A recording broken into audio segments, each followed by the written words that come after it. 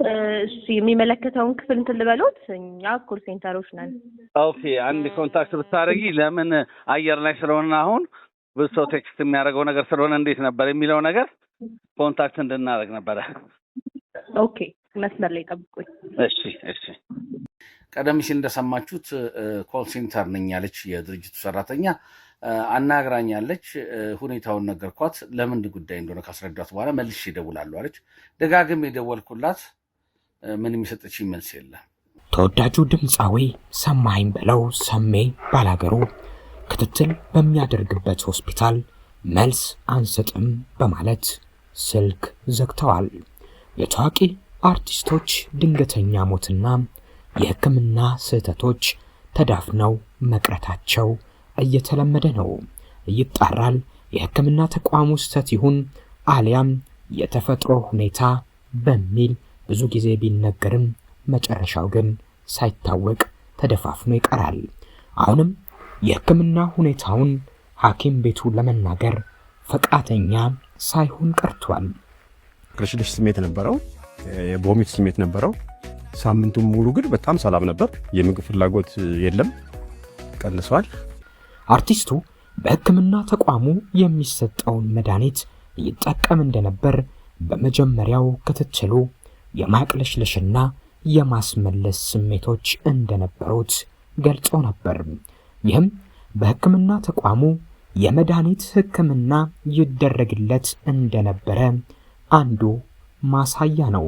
በዚህ የሕክምና ክትትሉና ሂደቱ እንዲደረግለት ምርመራውን እንዲጣራና የሕክምና ክትትሉና ሂደቱ ምን እንደነበረና ጉዳትም አስከትሎ እንደሆነ ምርመራ እንዲደረግበት ህዝቡና የጤና ባለሙያዎች ጭምር ጠይቀዋል። ተወዳጁ ድምፃዊ ሰሜ ባላገሩን ትናንት ሁላችንም ወደማንቀርበት ሸኘ ነው። የእናቱ ድምፅ ግን የብዙዎች ጭንቅላትን አቃጭሏል። ይሉት የነበረው አንድ ቃል የብዙዎች ጆሮ ውስጥ እንደገባ ሳይወጣ ቀርቷል። ልጄ ሀገሬ ማን ያስገባኛል እያሉ ነበር ሲያለቅሱ የነበሩት።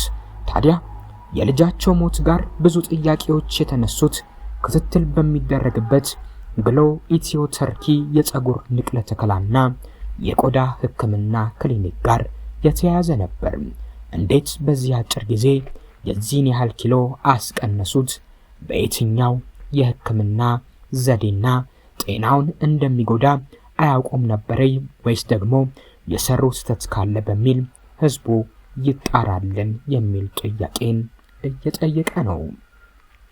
ግሎ ኢትዮ ተርኪ ሰማኸኝ በለው ምንም አይነት ህመሞች የሉብኝም ብሎ ሳለ እነሱ ጋር ከጀመረው የሕክምና ክትትል በኋላ በዚህ ልክ ኪሎ መቀነሱና ምናልባት በዚያ ሂደት የጤና አደጋ ውስጥ ስለመግባቱ ማህበረሰቡ ማወቅ ይፈልጋልና ስልክ ወደ እነሱ የኢትዮ ኤፍኤም የአሪፍ መዝናኛ ፕሮግራም አዘጋጅና አቅራቢ ጋዜጠኛ ኤፍሬም አበበ ስልክ ደውሎላቸው ምላሽ ለመስጠት ፈቃደኛ ሳይሆኑ ቀርተዋል።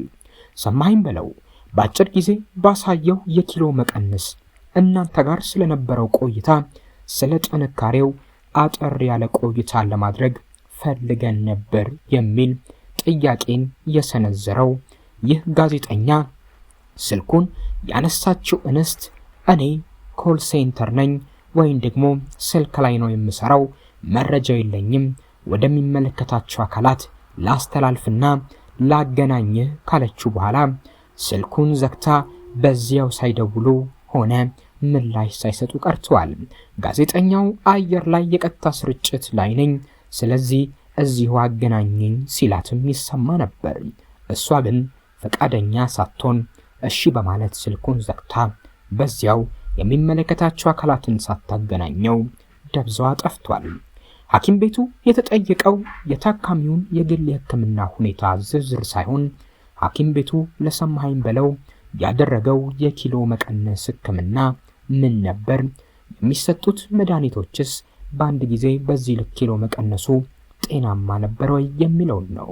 ይህን ለማስረዳት ግን ይህ ዘገባ እስከሚሰራበት ጊዜ ድረስ ፈቃደኛ ሳይሆኑ ቀርተው ስልካቸውን ዘግተዋል። አሁንም ግን ሕክምናው ላይ ምርመራ እንዲደረግ አሊያም የሕክምና ተቋሙን ተገቢውን ምላሽ እንዲሰጥ ተጠይቋል። ምንም እንኳን በሕክምና ተቋሙ ስህተትም ባይሆን የሕክምና ተቋሙ ግን ለህዝቡ እንደ አንድ ተቋም ምላሽ መስጠት ይጠበቅበታልና ይህ ለሕክምና ተቋሙ ምንም ባይመስል ለእናቱ፣ ለባለቤቱ፣ ለልጆቹ፣ ለቤተሰቦቹ እንዲሁም ለአድናቂዎቹ ቀላል አይደለም።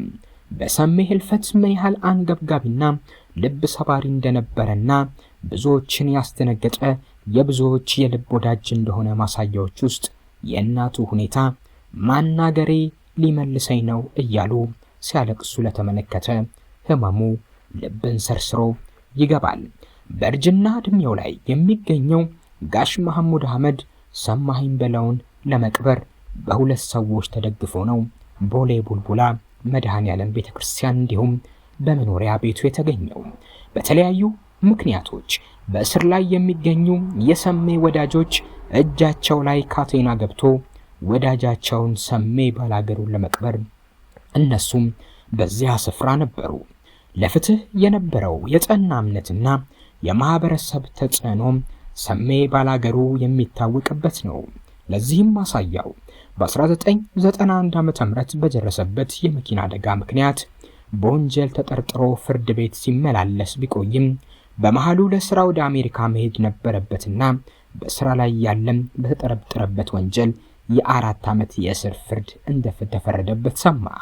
ብዙዎቻችን እንኳን እስር ተወስኖብን እንዲያውም ውጪ ናፋቂ በሆንበት ጊዜ ሰሜ ግን ፍትህንና ህግን በማክበር ስራውን አቋርጦ ወደ ሀገሩ በመመለስ ቤተሰቦቼንም ሊሳይል ቦሌ አውሮፕላን ጣቢያ ላይ እጁን ለፖሊስ በመስጠት ለህግ ተገዥነትን በተግባር አስተምሯል። ደማቅ ፈገግታው መድረክ ላይ ሲወጣ መቼም ቢሆን ከፊቱ የማይጠፋውና ተመልካችን ማራኪ በሆነ ኃይል የሚስበው ደማቅ ፈገግታ ልዩ መለያው ነበር። ያለ ድምጽ ማጉያ የመጫወት ብቃቱን ሰሜ ባላገሩን ድንቅ ድምጻዊ ያስብሎታል። የድምጹ ጉልበትና ጥራት እጅግ አስደናቂ ከመሆኑ የተነሳ ያለምንም የድምጽ ማጉያ ወይም ያለምንም ማይክ መድረክን የመሙላትና አድማጭን የመማረክ ልዩ ተሰጥኦ ነበረው። ከተመልካች ጋር በቀላሉ የመቀራረብ ሰውን የማስደሰትና መድረኩን ሙሉ በሙሉ የመቆጣጠር ልዩ ተፈጥሯዊ ስጦታም ነበረው። ይህንን ሰው እንደ አድናቂ ማጣት ቀላል አይደለም። እንደ ቤተሰብ፣ እንደ እናት፣ እንደ ሚስት፣ እንደ ልጆች ደግሞ ሲሆን ሐዘኑ እጥፍ ድርብ ያደርገዋል። ድምፃዊ ሰማኸኝ በለው ሰሜ ባላገሩ ከአባቱ ከአቶ በለው ሹምዬና ከእናቱ ከወይዘሮ እናትነሽ ቢልልኝ መስከረም 17 ቀን 1960 ዓ.ም ውብ በሆነችው የአባይና የጣና መፍለቂያ በምትባለው ባህር ዳር ከተማ ተወልዷል። ያደገውም በዚያው ቀበሌ 03 በተለምዶ አባ ፋሲሎ ትምህርት ቤት አካባቢ ነው። ከልጅነቱ ጀምሮ ለድምጽና ለሙዚቃ ልዩ ፍቅርና ተፈጥሯዊ ተሰጥኦ የነበረው ሲሆን በሰፈሩና በጓደኞቹ ዘንድም በማራኪ ድምጹና በደግነቱ እጅግ ይታወቅ ነበር። ገና በ14 ዓመቱ በታዳጊነቱ በባህር ዳር ህፃናት ኪነት ውስጥ በመሳተፍም የረጅም የዘመን የጥበብ ጅማሮን መሰረት ጥሏል። ሰሜ ባላገሩ ሰማኸኝ በለው ነፍስ ይማር ነፍስ ሄር